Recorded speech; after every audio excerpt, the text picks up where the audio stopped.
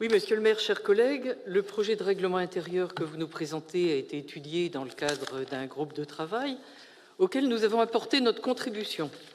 Nous avons pu constater un certain nombre de clarifications, notamment le fait que le projet distingue bien, comme nous l'avons proposé, les dispositions législatives d'application obligatoire, avec citation des articles du Code dans des encadrés, et des dispositions propres à notre Conseil. Cependant, pour l'essentiel, vous n'avez pas fait droit à nos demandes tendant à donner plus de vitalité à la démocratie locale et plus respectueuse du droit d'expression de l'ensemble des conseillers, notamment de ceux n'appartenant pas à la majorité municipale.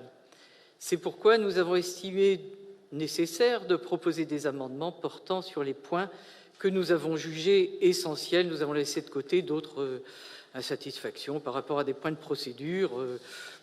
Nous sommes centrés sur l'essentiel.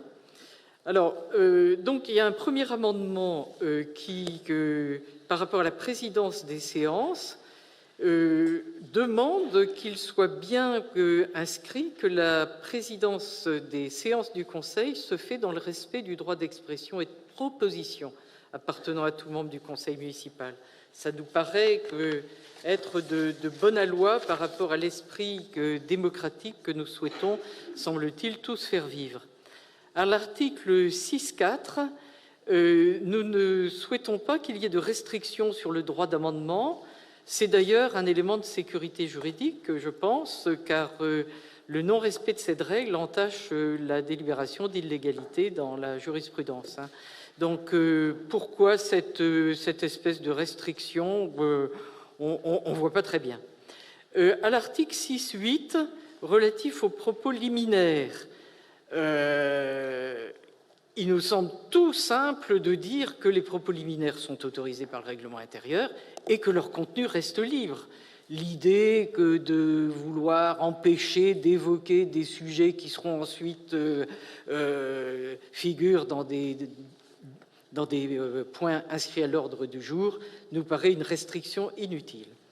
Enfin, sur l'inscription dans les droits d'expression des élus n'appartenant pas à la majorité, eh bien, nous souhaitons que, bien sûr, il soit reconnu sur l'ensemble des supports de communication de la collectivité, dans une proportion qui ne soit pas trop congrue, et que l'expression des élus de la majorité soit également réglementée.